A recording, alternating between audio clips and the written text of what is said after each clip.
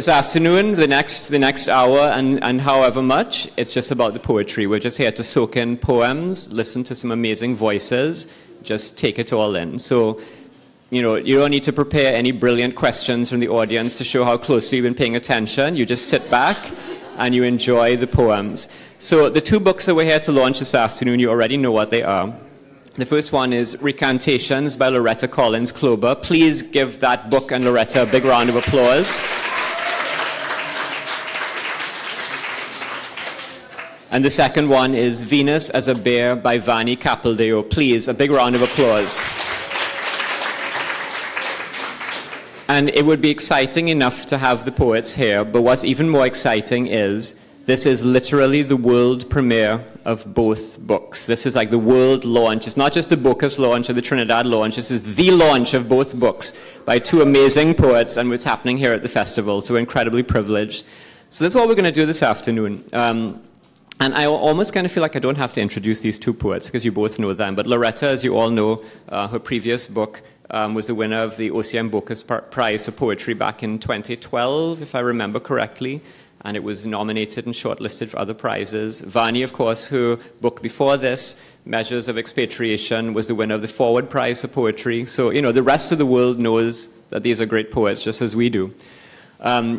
One of the things that their books have in common, they're very different books in a lot of ways, but there's something they have in common, which is that they're both books that are full of different voices. So you hear a voice that you might think is the poet's voice, but there are lots of other voices in there as well.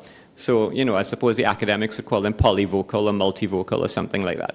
So we thought it would be kind of interesting to not just hear from these two poets reading their own poems, but to bring some other voices into the books as well. So 4 other poets have agreed to join us this afternoon, and what they're going to do is, each of them has been paired with either Loretta or Vahni. They've chosen a poem they love from the new book, and they're going to read that poem, but then they're going to read a piece of their own that in some way, in their own head, makes sense to them as a response or a parallel to the work of Loretta and Vahni. I have no idea what the results will be. This has not been carefully planned and scripted. Some of them are still making up their minds about what they're going to read. But the whole idea is we're going to bring all these other voices into the two books and bring them to life. So this is, you know, you're not going to see me again till the very end because the poets are just going to come up here and read, and I'm not going to interrupt the readings. But I'll give you the order that they're going to read in so you know who you're seeing. So first, we're going to have Brandon O'Brien. Give a wave, Brandon.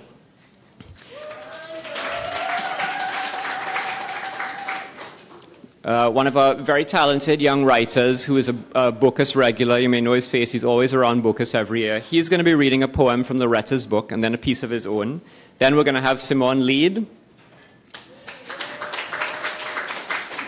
another exciting poet. She's going to read a poem from Vahni's book and then a poem of her own. Then we're going to have Shivanee Ramlochan, who's sitting in the corner.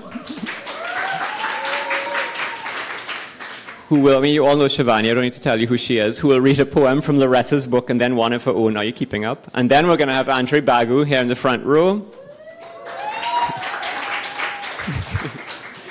who will read a poem from Vahni's book and one of his own. Okay, don't bother to keep track of who is reading what. You'll hear it as it goes along. And then we will actually hear from Loretta and from Vahni. So the rest of the afternoon is devoted to poetry. Let's give a big round of applause to poetry and poets. And let's start with Brandon.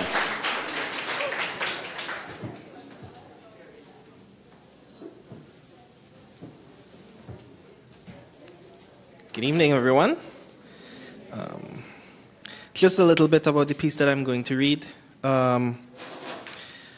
Recantations by Loretta Collins Klobah is a collection of very distinct cultural moments.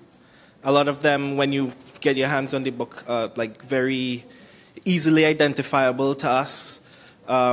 Moments of upheaval, moments of disturbance. And there's a piece in here in particular that I think speaks a lot to a lot of people's experience. I think when you hear it, it will immediately, especially to women in the audience, will be like immediately obvious exactly what's going on. So this piece is Man Haffy Try. 1. Bus Terminal by Coronation Market. Later, all the way to Montego Bay, The screen above the driver's head will play a kung fu film in which arms are severed in spouts and sprays of blood. My sick friend spewing into her paper bag. Now, pushed to the back window seat, waiting for the bus to fill every bench, I can't ignore the man outside, under my window, who is not selling grater cakes. He sells himself, singing out his offer in raw detail, how he can suck me, and perform such a list of XXX things. Teenage world-class lover, zagazao. I thought, bad men na bow.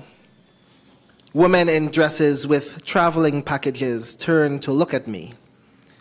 The youth man, immovable, tells me for an hour all the ways in which my pum-pum I go feel good. 2, walking on the street in Linguanea. Lingania. Lingani. Okay, sorry. Sorry, I didn't know. I've learned a thing. I apologize. Lingani. Let's try that again. Let's try that again. 2.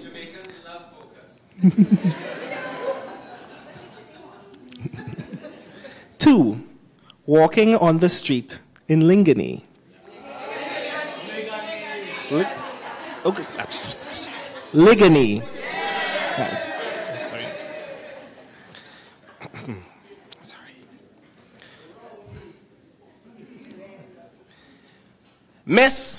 Miss, you're fat. You're fat, bother me. You're fat, bother me bad. I turn to face the man following me. What happened? You can't carry this? I say to him. You're fat, he says. If you don't like it, don't look, I say. No, miss. I mean, you're fat, bother me. I like it. You have a boyfriend? 3, in the bank on the UE Mona campus. Hi there, lady. Where you from? You want to see my pistol? The bank guard pulls his safety revolver from its holster. Frosted, ribbed barrel pointing at me in his extended palm. You see how it's nice? He rubs the mother of pearl grip with his other hand. Touch it, he says. Puerto Rico? They have beautiful women there? Yes, the women are truly beautiful, I say. I mean you. You want to go out? 4, walking in Montego Bay. A voice behind us. Excuse me. My friend keeps walking. Miss, you have something on your backside. You have something. My friend keeps walking, but I turn. She have something white on her. I look, and it is true. He's right, you know, I say. It looks like chalk, your whole bottom. Maybe when we sat on the stairs back there. She always wears black silk blouses and trousers. She dusts off her bottom. Thanks, I say. Yes, he says. 5, walking below Sovereign. Hey, Hollywood! 6, in a taxi. The windshield sunscreen banner of the taxi says, Wookie Dookie. Wookie Dookie, I ask. That's the name of your car? The driver corrects me. Walkie Ducky. Walkie Ducky? What does that mean? He laughs and doesn't want to tell me. But then he gives in. You know, it's like you work the girl and then duck. Like not see her again. A one-night stand, you know? Walkie Ducky. Oh, okay. Walkie Ducky.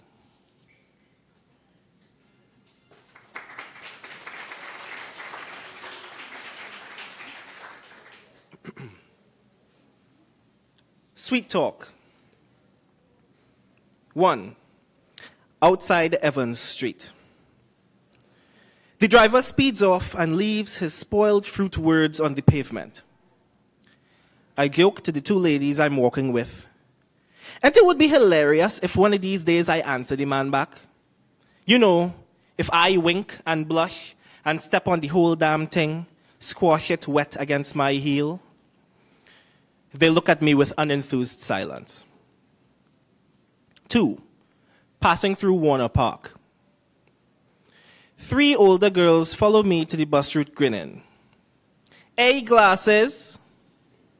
I shift liminal from flattered to foolish to flat. Why you walking off, glasses? You ain't know you're cute or what? Well, I didn't know right then, to be frank, but I don't think learning is a hostage situation.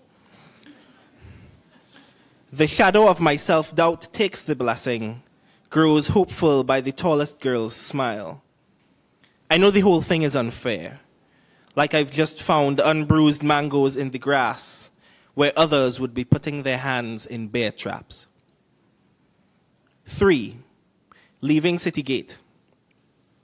The man is definitely 20 years older than me. At least. He licks his lips for the juice of some sticky sweet sinfulness he refuses to name. The next time I see him, he speaks of his own desire like forbidden fruit, spits the taste of it at university sociologists. The next time I see him, he forgets my face. That's fine. 4, leaving City Gate. 3 men lean out of a Civic and say, "Hey, glasses, the girl in the back says she like you." The girl in the back is probably serrated, probably switches like a butterfly, probably dips her tongue in blood. Too bad I'm late for an appointment, so I can't make a date. 5, in a UE St. Augustine workshop. A much better man tells a full conference room that when you see someone catcalling, you can diffuse the situation with humor. He asks me to demonstrate as he reenacts how a man would flag down prey. I play the soft fruit I always said I'd play. Then the man pauses the whole scene to remind us, oh, and the next thing, if this is the angle you're going for, you had to be ready to earn a cuff to face. 6, just outside my street. On more than one occasion, one of any number of men would nudge me, gesture to their left with their shoulder at someone young and unknown, whisper, "Hey boy, look something for you," like pointing at the best pick of grocery store produce. They'd grin and chuckle, "I'm just joking." They'd sigh, like I should know better than to see something so sweet and leave it undisturbed. Thank you.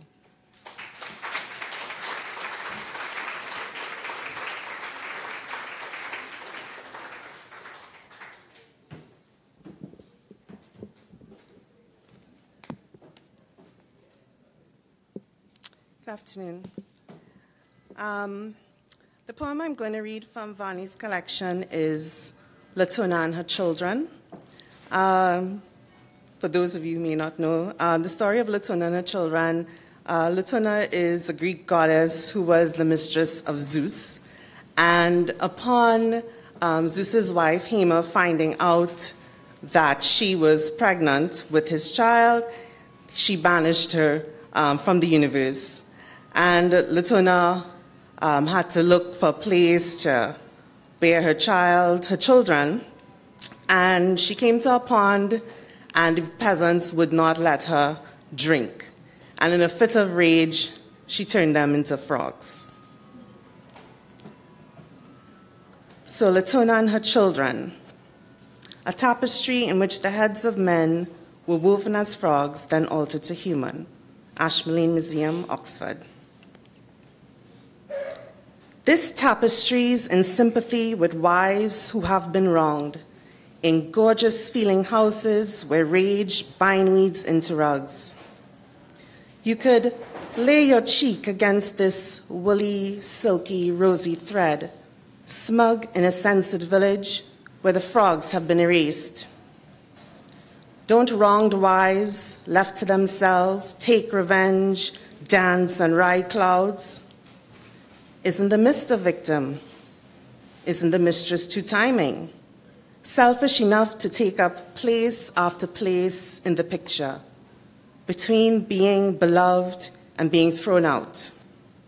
However sweet, secret the field or grove, it's about her, hoping to stop to drop bastard fruit. The lovely Dutchman didn't perhaps comprehend the wolfish desperation of goddesses in their design.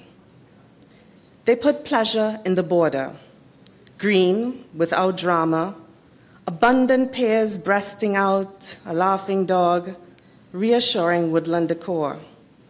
The signs of Artemis to come, she who reclaims the forest, untroubled as her father, fierce as her Titan mother.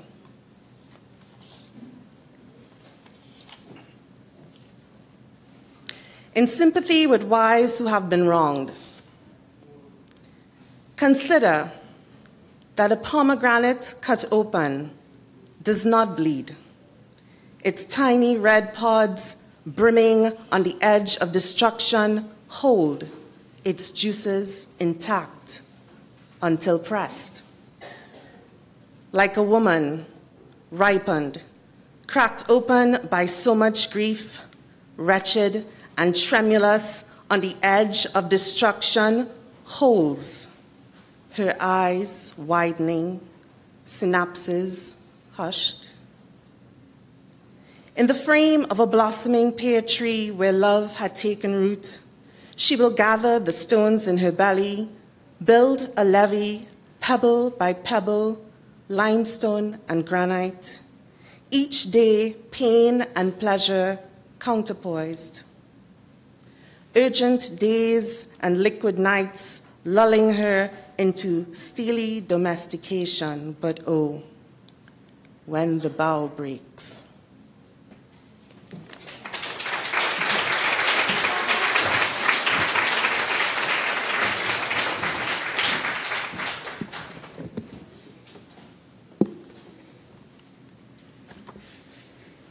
The poem that I'm going to read from Ricantations is called "The Woman You Are Looking For Might Have Been Removed, Had Her Name Changed, or Is Temporarily Unavailable." Please try the following. Click a button in your browser to find a link to me, a woman who sits at her kitchen table past midnight, Eddie Palmieri always playing on her radio. The coquis and pond frogs sing outside her window. Mammy told me there would be nights like this, they sing, when even storm clouds refuse you. Sir, what are you browsing for? A Rio Piedra schoolgirl in Catholic plaid miniskirt with 2 jump rope braids and white anklet socks? Midday, I meet him on the street. I ask, "Is that your daughter?" He says, "No." I say, "Is that your daughter?" He says, "I was just taking her back to school." You see, it takes time to brush my hair, dress in night clothes that open like topsails, drifting me past your arms to the bay. Schoolgirls are ready, waiting for you every afternoon. The coquis are singing Bon Voyage songs. Adios, little schoolgirl in a dark tunic. The moon clock above the bank strikes El Mediodía. You are there, girl, in his room above the bank in the plaza. So tonight, I sit up late, and I think about when I was a girl. The small town library basement was cool and dark. I stacked my books high and read in the afternoons until my father packed away his hammer and left work. My mother was sick, always sleeping, or talking with spirits that rode her body endlessly. I loved the sea, the rough, lava-formed ledges that blocked off tidal pools, microscopic animals in the seawater I took to school in a jar. Use any search engine you'd like. You'll never find that schoolgirl's name. I am a brass bed going rusty, for I think it is a gift to have time for reading and thinking and going to school, despite the small torments of the playground. Look for the web page where one schoolgirl, is she even 11 years old, is dividing her day by what happens before and after the white moon of that bank clock strikes noon. The woman you are looking for is not a woman yet. Sir, use a search engine like Google to look for information about available Puerto Rican schoolgirls on the internet. Short, pleated, plaid skirts roll at the waist to make them shorter. I am eating arroz con dulce, growing thicker at the middle. Tonight, I let my cursor blink.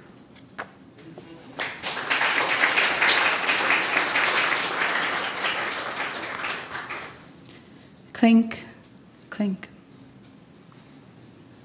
When you were young, you learned to keep out of the bar. This kept you decent. You had scrubbed knees, a moon face, 2 hair plaits like black rope, thick as pregnant pit vipers with red ribbon tongues. At 9, you bled. At 12, you listened to your nanny when she said, "Stand by the Carib fridge and stay still. Don't look into the bar. Don't smile. Don't move. Prashant uncle want to see how big you get." You counted 16 cold Carib, a green shandy, 11 stag, the ice pick forgotten from the last defrost, a basin of Scotch bonnet waiting to be pepper sauce. You drew a smiley face on the condensation. You were grinding dal, and there was yellow dust on your legs. You never forget the short pants you had on. In truth, you still don't know any man named Prashant. All you recall is a bar fridge reflection, a haze of chest hair, a flash of platinum bearer, a clink to say you wasn't ugly, a clink, clink to say you was real nice. After that day, you stood outside the bar window, counting everything in sight.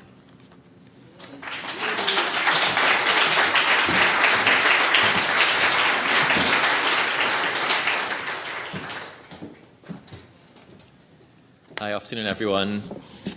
I've long held the belief that a poem is very similar to a carnival costume, and no matter what the costume conceals, it still reveals a lot about the wearer. And so it's really a pleasure to be here today to wear one of the costumes of Vahni Capildeo and to be part of this event celebrating these 2 poets.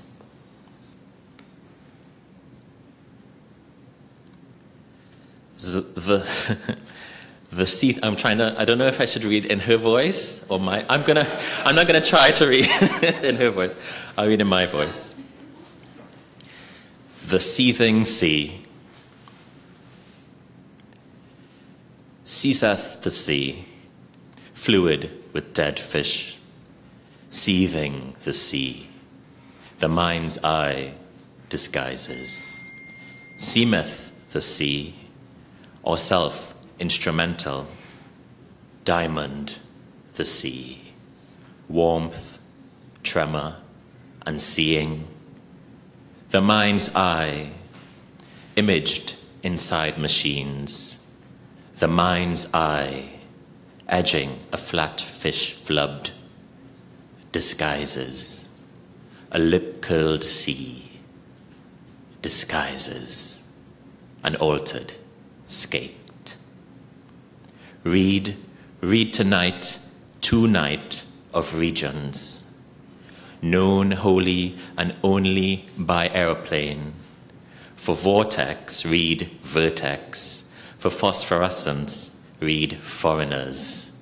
For read, repeat, thing that does not exist, children who have run out. For stones, read bombs, rough stones, dare bombs, the sea, releasing where from you ways.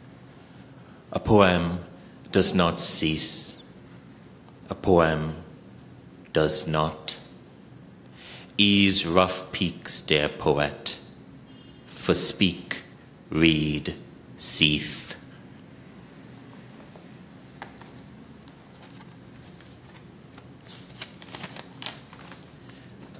And the poem I've chosen to follow that.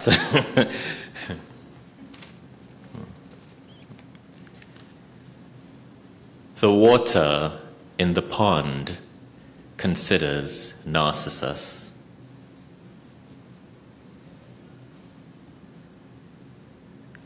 He looks at me and sees right through me, as if I am nothing, as if he could live without me. I bathed him each day, moistly kissing the rise of his flesh, slapping his limbs, then falling away, down and down, lower and cooler. The surface is all he sees, not the way I raise his own face back up to him, not my rippled laughter, my silver mechanics, nothing.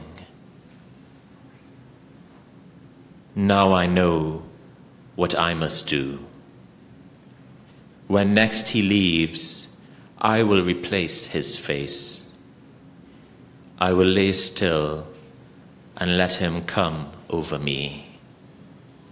The sun, the sun. I will rise.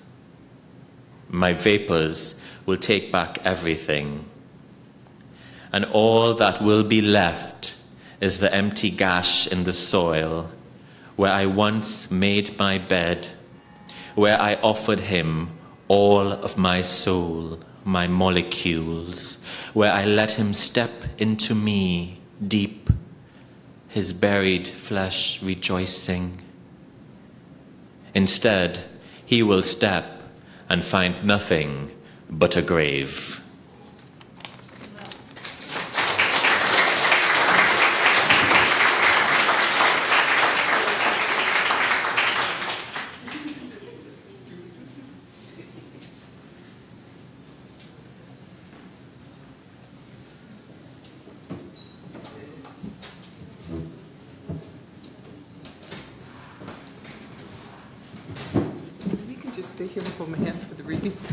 I'll do that, you know.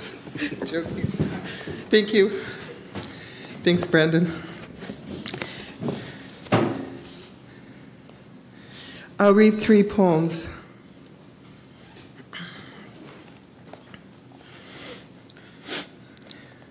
Blue Stone. A bullet zinged over homes of Villa Palmeras to enter the brain of Carla Michel on New Year's Eve. Over clothes festooning terraces, families eating, while Abuela's album of El Gran Combo played on the old stereo of the Marquesina. I find a blue woman painted 2 lanes over from where Carla fell, Legba's X on a concrete wall. The graffitero, poet laureate of gunshot, draftsman of spirit, incised his stone vision and opened the portals. He prepared the way, marked the spot. Her face is monument, blue African mask, mouth, nose, and ear, flesh more than stone. In the mural, she is dying, a fallen idol, a tumbled statue, just one colossal stone head tilted sideways on the ground with a fractured face flooded by moonlight. The mural, painted 2 years before the bullet entered Carla's brain, had called the bad shot to this zone, just as surely as Veres painted in ash and cornmeal called gods. In the mural, Bluestone has bullet entrance holes drilling into her forehead and cheek.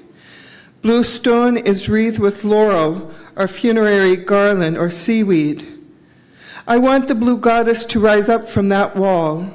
Let her eyes open wide and light up, finding the celebratory hand that held the gun. I don't want vengeance or to hear his confession. I want the man who celebrated New Year's Eve by firing a shot high into the air to see the parents of Carla Michel holding each other close in the nave of their mutual suffering. I want the man whose bullet entered the brain of Carla Michel to put a gardenia flower in a wooden toy boat and set it out to sea, praying for renewal every New Year's Eve for as long as he lives. I will receive it. Declared brain dead, Carla Michel was costumed like the Virgin Mary in sky blue veil. At the public wake in the Park of the Salsa Kings, where busts of singers look like tombstones, Rafael Cortijo and Tommy Olivencia, Pelén Rodriguez, Ishmael Rivera, and Hector Lavoe, Tito Puente shining like a new penny. The town stood under tents, out of the rain falling like bullets. On a festooned horse cart, her casket rolled by mourners. Police used a 360 camera to photograph the neighborhood. It only revealed sagging awnings, a boy and his uncle working under their car. If the camera had pulled back to a larger ring of the bullseye target, it would have recorded the Bluestone mural, one more pushpin on our map of carnage.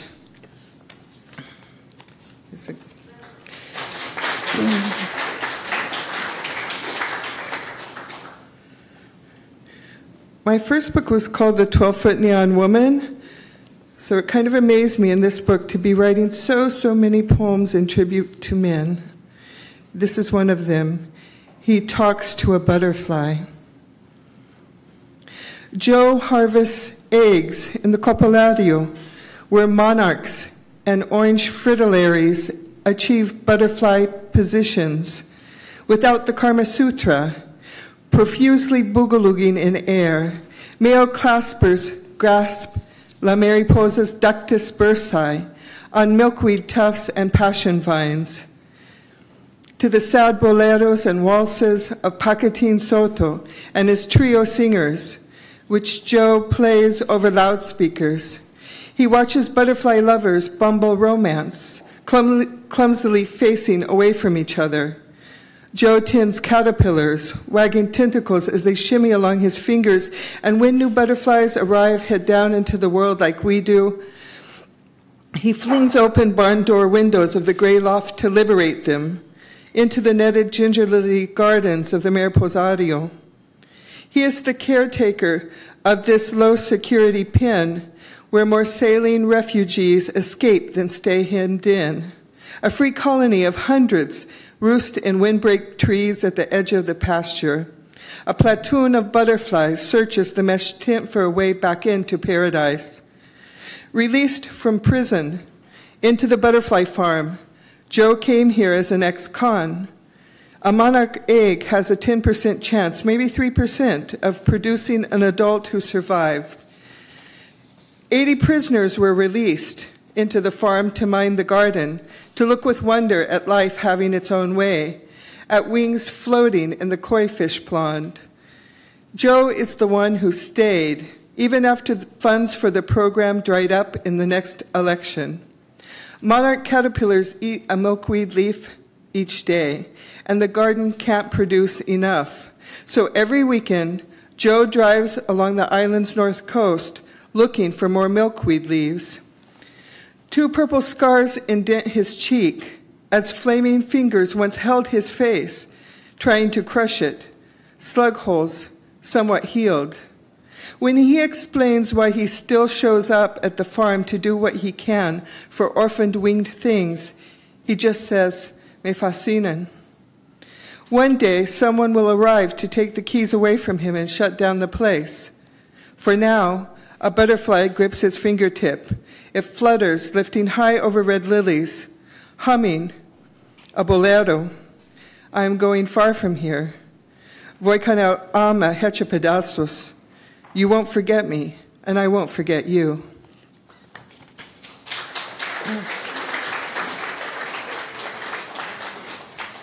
The last poem is the title poem of the collection, Ricantations, and it is about Hurricane Maria. Hurricane Maria wheeled over the sea, a day away from upending and crushing cars, prying roofs, plucking up electrical poles, cracking trees to the stub, flooding plantain fields of Yabacoa. Our avocado trees, roots rumbling, threw down their green pears all at once, so that when they were broken and uptorn, their stones would tap into soil. Blue macaws flew loudly up mountain.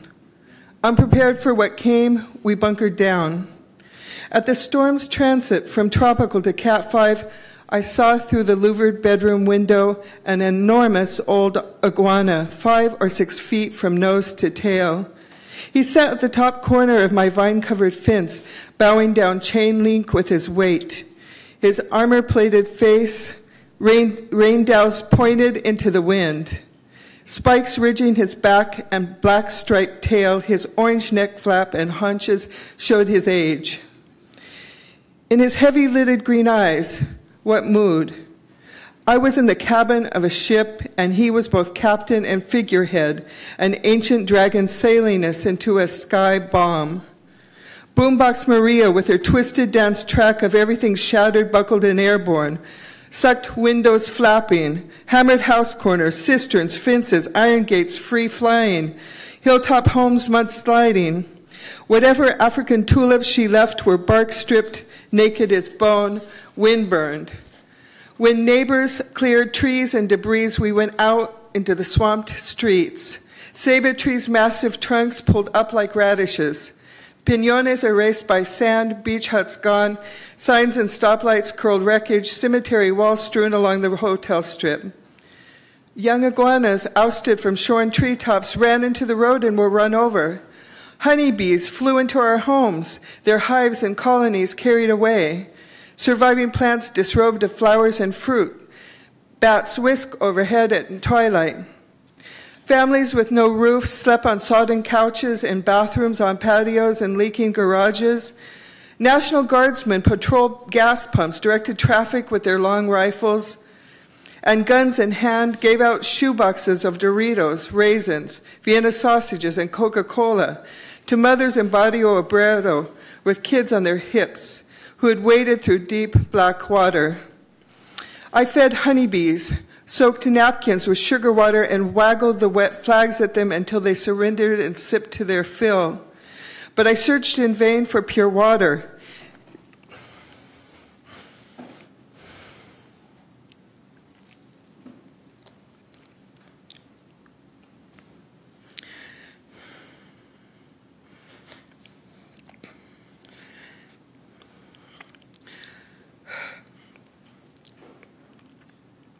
But I searched in vain for pure water to bring to my diabetic daughter.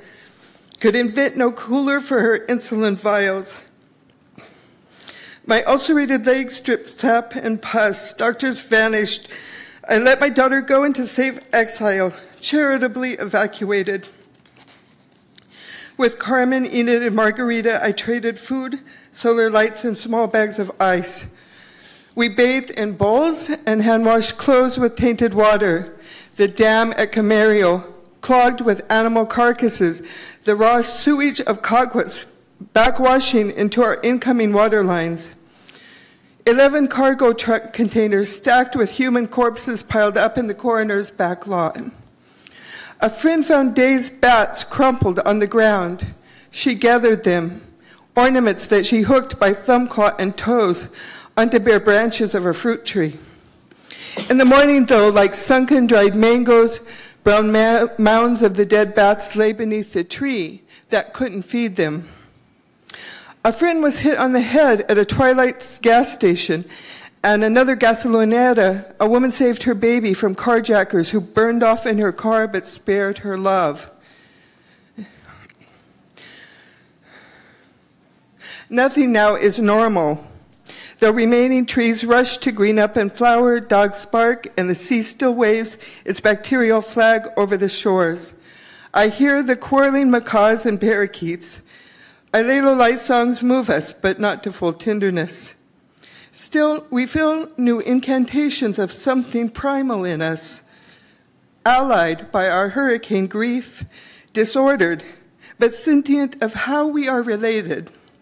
Neighbors, iguanas, honeybees, bats, birds, trees, islands. What is possible now? Can we do some things differently now? Thank you.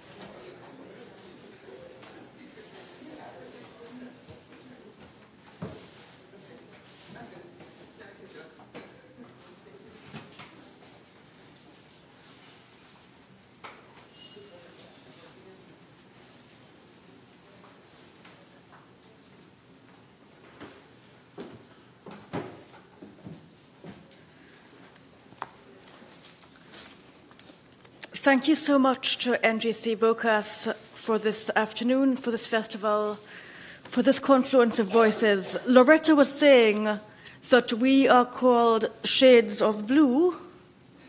So in tribute to Three Canal, I will say but not sing, bring down the power.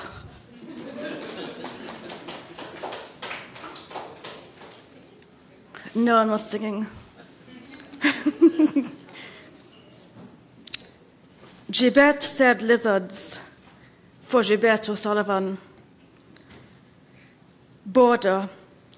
In the beginning were the lizards or something going digging dark holes to bodily circumference, slanting those roots under sand below windows. Cacti flower in their no longer bed, scarlet, starrier than Exora or radio aerial signals. Lizards, she said. 2. Terrazzo. Infancy was lizard. Lizard was mutability. Mortality was lizard. Delicate eschatology, detachable tail, surface reversibility. Find the frail little finger-length corpse as you learn to crawl. Reach into a box. A raw stump leaps up. Torso sorts itself out. Skate fast, faster, stop, grab a post. Fastener heart jumps, cased in your fist. You gasping, eyes bulging, what face your clutch expressed. Driveway, why this Exora, tall as any other, grew by nature's sicklier, leathery, somber foliage sparser along its rigging, scarcer still, unusual, paler, more pointed, off-pink westering flowers, more prized than picked, persistent as housewives thinking in lipstick, consistent with lives whose positional hazards are hidden deliveries. Why from such branches this lizard fell, I don't know, and brewed on in twisted. everywhere as nowhere. Gibette brings cocoa pod eyes, ink, milk, lime juice, songs that brink on flippant choice, blink, sink, cling, go, gecko, skink, orange through blue, punk to decadence, skins show falling some sense of death as life's outward, and so lizard blends. So the next poem, Catifesto. Catifesto is dedicated to Kai Miller's cat, Metu Miller. At least I assume his name is Miller. I have not asked. Familiar in a household of one, a soft Cleopatrician, aesthetic chest-sitter, liquor shredder and examiner of whatsoever covers my floors. At odds and evens with heat, gliding whiskery information through red walls, I am my own cat.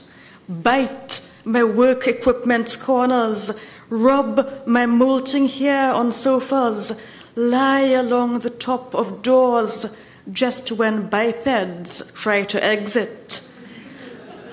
But nose over tail, I'm a world of my own in my own world. Strike, herewith they do condemn me. Flitting, twitting, trotting things, freedom I taste in them, joy. I loosen my ribs, rule sound like no others.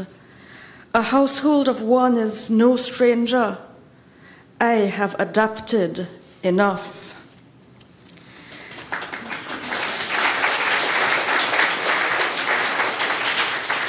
The next poem, two people told me they liked. It had a swear word in it. It was commissioned by Nancy Campbell for the Pola Tombola project, which is a project for words you would lose or abandon. And I was supposed to choose a word I would lose or abandon. So I chose a word which... I chose a word which a lot of men kept on telling me in Cambridge. Bullshit! That's the word. How to lose or abandon a word. Put it in jail? Throw away the key? Then in every reference book or text block, an opaque rectangle shining where it used to be, a myriad lids to a single oubliette, a fort cut out of yellow living rock, the particular sightlessness that with the tide saturates the underground chamber. This is having a concrete imagination. Not breeze blocks, wet stuff, instantly ready to be footprinted. Bullshit is the word I would ease into pasture.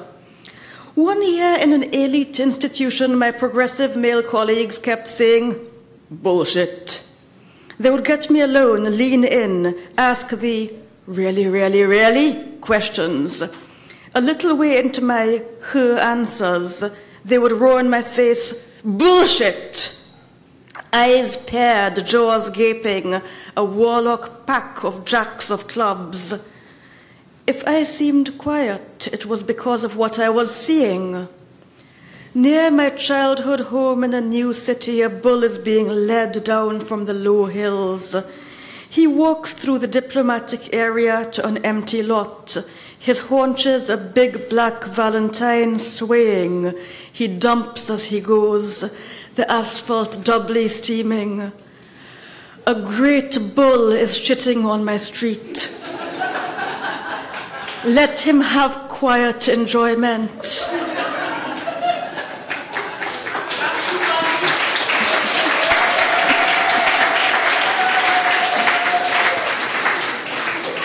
Okay, now people have made some really strange requests. I'm honoring them all.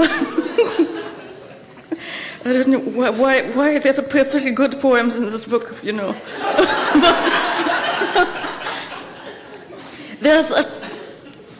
I once saw Nicholas Lachlan, The Tomb of Nelson. in which his body would have been laid and interred with myrrh. There is, however, also a chapel to cabin boys in the Old Royal Naval College of Greenwich, where you can see statues of cabin boys in marble.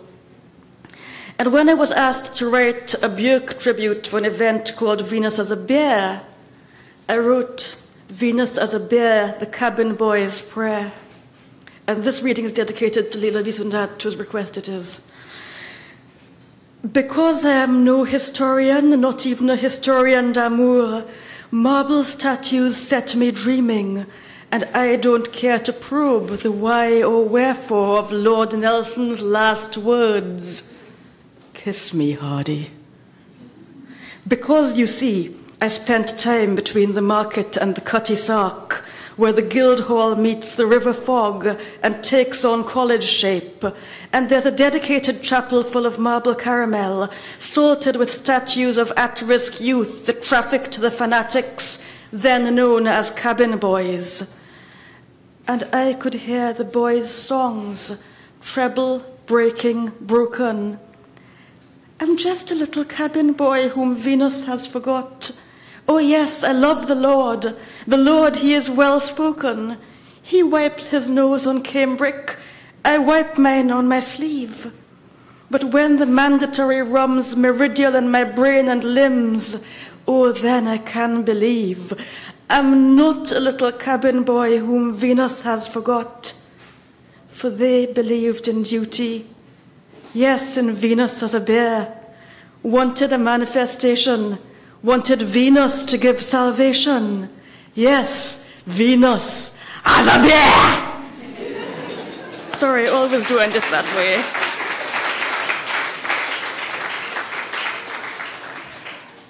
No, I could do one really horrible poem, but I'm not going to. I'll just do two more little ones, and then everyone can actually have tea.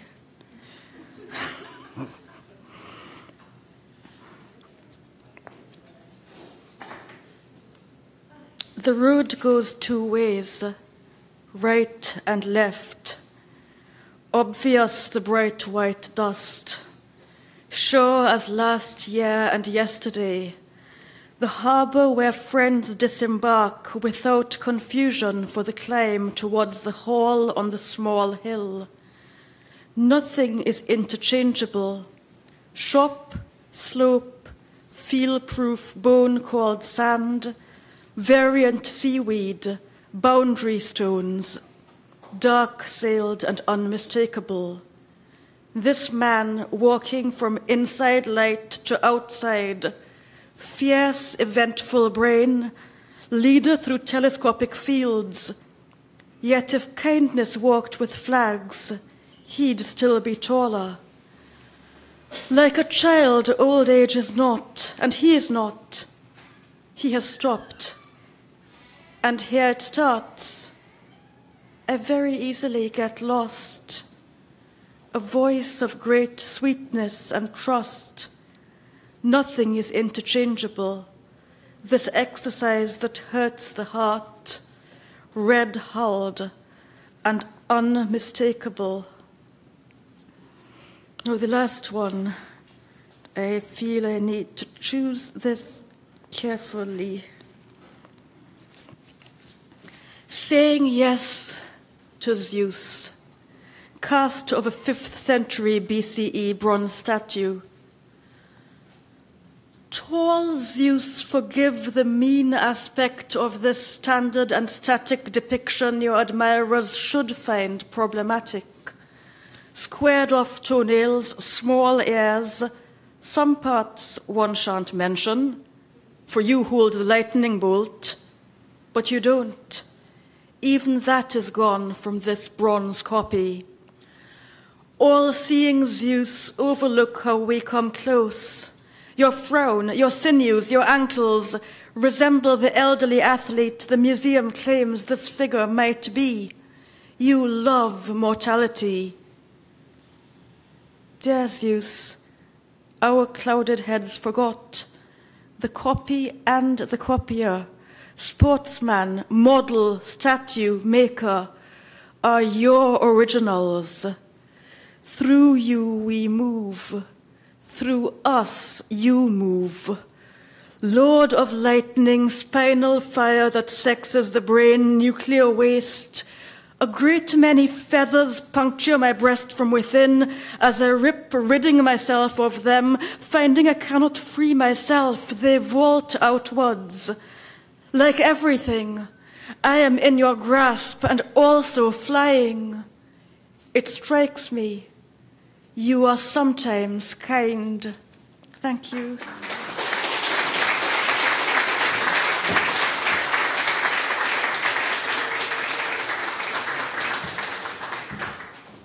Vahni, Loretta, Andre, Shivanee, Simone, Brandon, thank you. A big round of applause to thank them for their readings, their poems.